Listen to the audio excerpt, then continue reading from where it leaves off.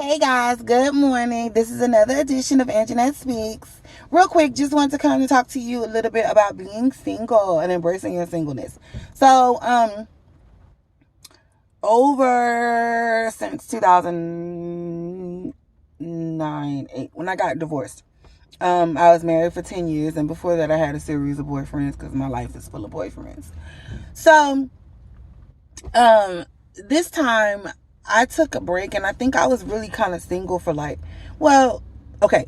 So I was single for 6 years, but I was dating and single, not having sex, like having sex, plenty of sex. I don't miss those days because I'm better now, but man. Anyway, so being in these relationships, these in and out, these things that last like I don't even know what you call them. Like they last for 3 months, 6 months. So over a course of 6, 7 years, I was in and out of these different little relationships, or whatever you want to call them. And so after I got in and out of those relationships, I met a guy. I met a guy at church, and it's my story. So if you know him, oh well. And I thought oh my God, this is it. I didn't care about his financial situation. Not much. A lot of my friends did, but I did not, because I know me. So I know that if you get with me, we finna do this, right? But I learned that you gotta have skill for that, right? So anyway, real quick, the reason why I'm making this video, I met a guy. I met him at church.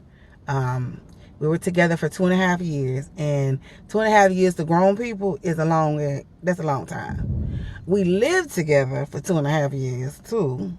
We were inseparable from the time we met to the time we broke up. We were inseparable. So we got on each other's nerves, right? And there was some growing that happened there.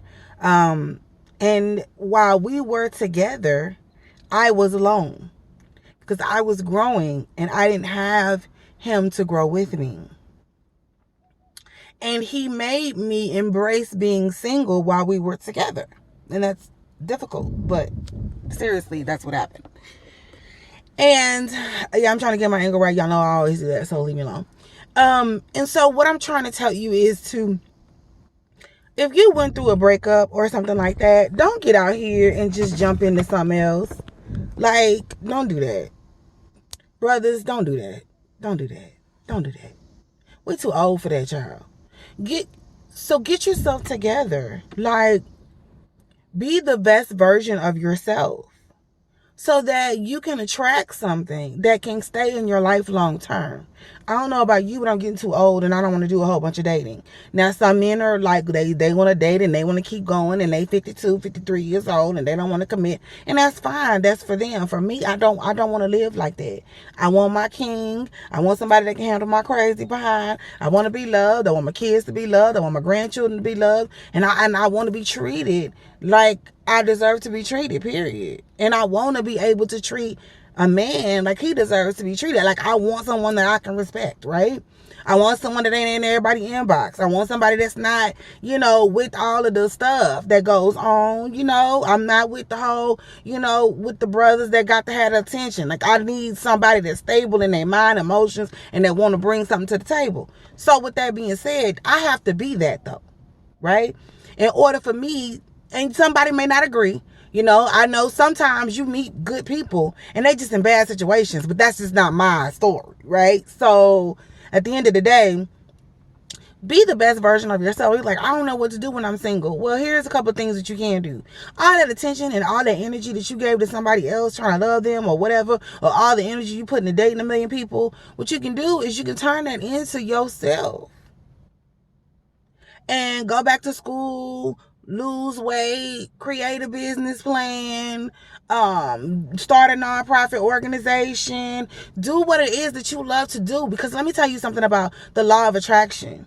Once you get out here and put that energy into the universe, it comes back to you, baby. It comes back to you. And so if you say you want to do something and in your mind you want to do it, you'll start changing little things at a time so that things can start to change in your life. And you will find the mate that is for you, that can see you working. The reason why people always talk about, I just want my Adam because Ruth worked too hard for Boaz. And she was working. Yes, he found her working. Working on a dream, working on a business plan, working on her body, working on whatever. Let somebody find you bettering yourself. You know, I used to sit up and be like, oh, I have never been on a cruise. And, you know, I want to go on a cruise. I'm with my boyfriend. And then I was like, I don't want to go on a cruise because what if we get into an argument on the cruise and my cruise is messed up? So, you know, it's things that I've decided to do now that I wish I would have done before. But it's okay. I'm in a good timing. So, you know, I want to be able to go and do. And I'm like, I'm going to go. If I want to go to Fredericksburg, I'm going to Fredericksburg. I'm going by myself. Because at the end of the day, I don't want to go with nobody. I don't want nobody in my bed. I don't want to be in nobody's bed. I'm single. And I'm okay with that. And it was a time in my life that I was not okay with that. I was not okay. I was upset. Don't nobody want me, whatever. And I'm sitting up here doing all this, trying to get attention, trying to get the dude. And that's come from some self-esteem, self-worth issues. Now I got myself together and I know what I want. And I ain't fooling with no foolishness. Period. None. Zero tolerance for bullshit. So I'm telling you, I think somebody watching me make this video. I'm telling you that I need y'all to do something in your singleness. Make sure you embrace it. You love it. You be happy. Because then you're going to get somebody that's happy in his singleness and he tired of being single. You tired of being single. Y'all come together and bam. And let me tell you something about your friends list. Ladies, brothers. Sometimes your wife is your friend. You just don't know it yet. Bam. Sometimes your wife is the one that has sat there through all your BS, knows you in and out, knows your worst case scenarios. Is this person coming in my property? No. He was watching me, I told you. And all that. They know everything about you.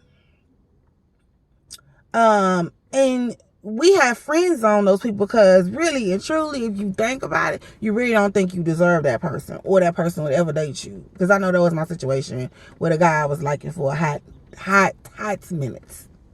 I didn't think that he would date me, and I was right, ultimately.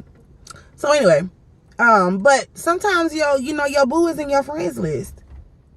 You know, but you gotta figure that out. You know what I'm saying? You gotta be a better. Don't nobody want nobody that's hurting and wounded and broke and disgusted and busted and come on now, because what you gonna attract is that. You not if you are author, a writer, or whatever. Why would you be dealing with a CNA? Something wrong with you. But you will because what? Ooh, that didn't sound good. Okay, I need to do that over. I need to edit that. That didn't sound good. Ooh. I didn't mean that. I meant it, but I didn't mean it. Do you understand? Ooh. Maybe I meant not on your level. Oh. Okay, y'all. I gotta go. I think I just messed up this video. I don't think that was good. That's not a good example. I'm sorry, CNAs.